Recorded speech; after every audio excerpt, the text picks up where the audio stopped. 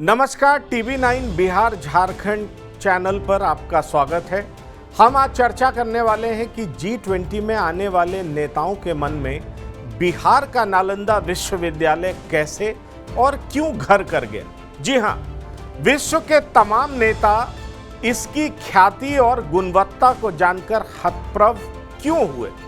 इतना ही नहीं, जब इन्हें बताया गया कि दुनिया के विद्यार्थी ज्ञान की तलाश में यहां आकर शिक्षा लेते थे, तो जो बाइडेन और ऋषि सुनक इसे जानकर विश्वविद्यालय के चित्रों को कौतूहल से देखते नजर आए। इन नेताओं की उत्सुकता को देखकर पीएम मोदी ने विस्तार से अलग अलग देश के नेताओं को महान देश की महान शिक्षा की विरासत को विस्तार से सुनाकर मोहित कर दिया। आप याद करिए, शनिवार का वो दिन जब राष्ट्रपति द्रौपदी मुर्मू और पीएम मोदी भारत मंडपम में G20 के प्रतिनिधियों का रात्रि भोज में स्वागत करने खड़े थे। पीएम और राष्ट्रपति जहां खड़े थे, वहां प्राचीन नालंदा की तस्वीर लगी हुई थी। पीएम मेहमानों का स्वागत कर रहे थे और इसके साथ ही बैकड्रॉप में लगे फोटो का विदेशी मेहमानों के साथ जिक्र भी कर रहे थे। पीएम ने नालंदा विश्वविद्यालय के बारे में क्या क्या बताया, ये अब आपको सिलसिलेवार तरीके से बताते हैं।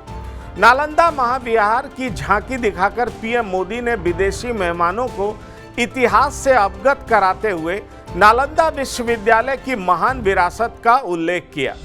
अमेरिका के राष्ट्रपति जो बाइडेन, ब्रिटेन के प्रधानमंत्री ऋषि सुनक समेत अन्य नेताओं को पीएम मोदी ने विश्वविद्यालय की महत्ता को विस्तार से समझाया। बाइडेन नालंदा विश्वविद्यालय के बारे में जानकर इतने प्रभावित हुए कि वो विश्वविद्यालय की तस्वीर को और नजदीक से देखने लगे। दरअसल बिहार में स्थित यह विश्वविद्यालय 5वीं सदी से 12वीं सदी के बीच अस्तित्व में था। इसकी विरासत महावीर और बुद्ध के युग से चली आ रही है, जो प्राचीन भारत की प्रगति को दर्शाती है। यह दुनिया के सबसे पुराने विश्वविद्यालयों में से एक था। अमेरिका के राष्ट्रपति समेत कई देशों के नेतागण प्राचीन नालंदा विश्वविद्यालय के बारे में पीएम से जानकारी प्राप्त कर हैरान थे। हैरानी की वजह यह थी कि पीएम मोदी विश्व के नेताओं से कह रहे थे कि जब विश्व में कोई विश्वविद्यालय नहीं था, तब भारत देश के बिहार राज्य में नालंदा विश्वविद्यालय अपनी गुणवत्ता भरी शिक्षा के लिए पूरे विश्व में प्रसिद्ध था। इतना ही नहीं, इस विश्वविद्यालय में देश विदेश के 10,000 छात्र शिक्षा ग्रहण करने यहाँ आते थे और उन्हें पढ़ाने के लिए वहाँ 1,000 शिक्षक की मौजूदगी शिक्षा के उच्च स्तर की वानगी की कहानी स्वयं बयां करती। हॉस्टल में रहकर छात्रों की पढ़ाई का कल्चर तब भी नालंदा विश्वविद्यालय में मौजूद था। जी हाँ, उस समय छात्रावास की व्यवस्था थी। पीएम मोदी यहीं नहीं रुके, उन्होंने बताया कि नालंदा विश्वविद्यालय का भग्नावशेष यूनेस्को की विश्व धरोहर सूची में भी शामिल है। पीएम मोदी की बातों को सुनकर G20 के मेहमान आश्चर्यचकित थे। प्रधानमंत्री बारी बारी से वहां आने वाले G20 के प्रतिनिधियों को नालंदा विश्वविद्यालय के प्रारूप के बारे में जानकारी दे रहे थे।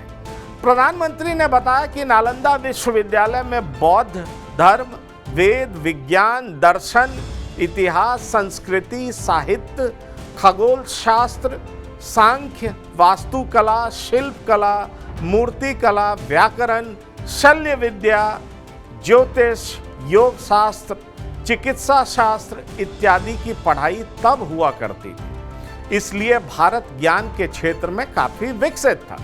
लेकिन क्रूर शासक बख्तियार खिलजी को भारत का यह ज्ञान का भंडार रास नहीं आया और उसने आक्रमण कर पूरे विश्वविद्यालय को ही जला डाला। G20 के मेहमान 1 महीने तक नालंदा विश्वविद्यालय की लाइब्रेरी के जलने की कहानी सुनकर हैरान थे। सभी नेताओं ने माना कि नालंदा नॉलेज का बहुत बड़ा सेंटर था, जो दुनिया को ज्ञान के प्रकाश से प्रकाशित कर रहा था। नालंदा विश्वविद्यालय का अब इतिहास भी जानिए। आपको बता दें कि नालंदा विश्वविद्यालय दुनिया के सबसे पुराने शिक्षण संस्थानों में सबसे ऊपर गिना जाता है। बिहार की राजधानी पटना से करीब 120 किलोमीटर दक्षिण उत्तर में प्राचीन नालंदा विश्वविद्यालय के अवशेष आज भी देखे जा सकते हैं। इतिहासकारों के मुताबिक उच्च शिक्षा का सर्वाधिक महत्वपूर्ण और विश्वविख्यात केंद्र नालंदा विश्वविद्यालय दुनिया के लोगों के लिए अभूतपूर्व जगह था, जहां कोरिया, जापान, चीन, तिब्बत, इंडोनेशिया, फ्रांस और तुर्की से छात्र पढ़ने आया करते थे और उन्हें प्रवेश के लिए परीक्षा देकर ही दाखिला मिलता था। तो आज की जो कहानी बड़े बड़े विश्वविद्यालयों की है, जहां पर दाखिला के लिए काफ़ी मशक्क़त करना पड़ता है, उसी तर्ज पर उसी तरीके से नालंदा विश्वविद्यालय में एडमिशन के लिए, दाखिला के लिए तमाम देशों के छात्र आते थे और एंट्रेंस टेस्ट के जरिए ही उन्हें दाखिला मिलता था। G20 के मेहमानों के बीच जब इस फोटोग्राफ्स को दिखाकर प्रधानमंत्री जब पूरी कहानी लगातार बता रहे थे, तो जाहिर तौर पर तमाम नेता इसे सुनकर मंत्रमुग्ध दिखाई पड़ रहे थे। जी हाँ, बहुत इम्प्रेस थे और सभी ने एक स्वर से माना कि जाहिर तौर पर नालंदा शिक्षा का उस जमाने में सबसे बड़ा केंद्र था। फिलहाल इस प्रोग्राम में इतना ही। आप बने रहिए TV9 डिजिटल के साथ। धन्यवाद, नमस्कार।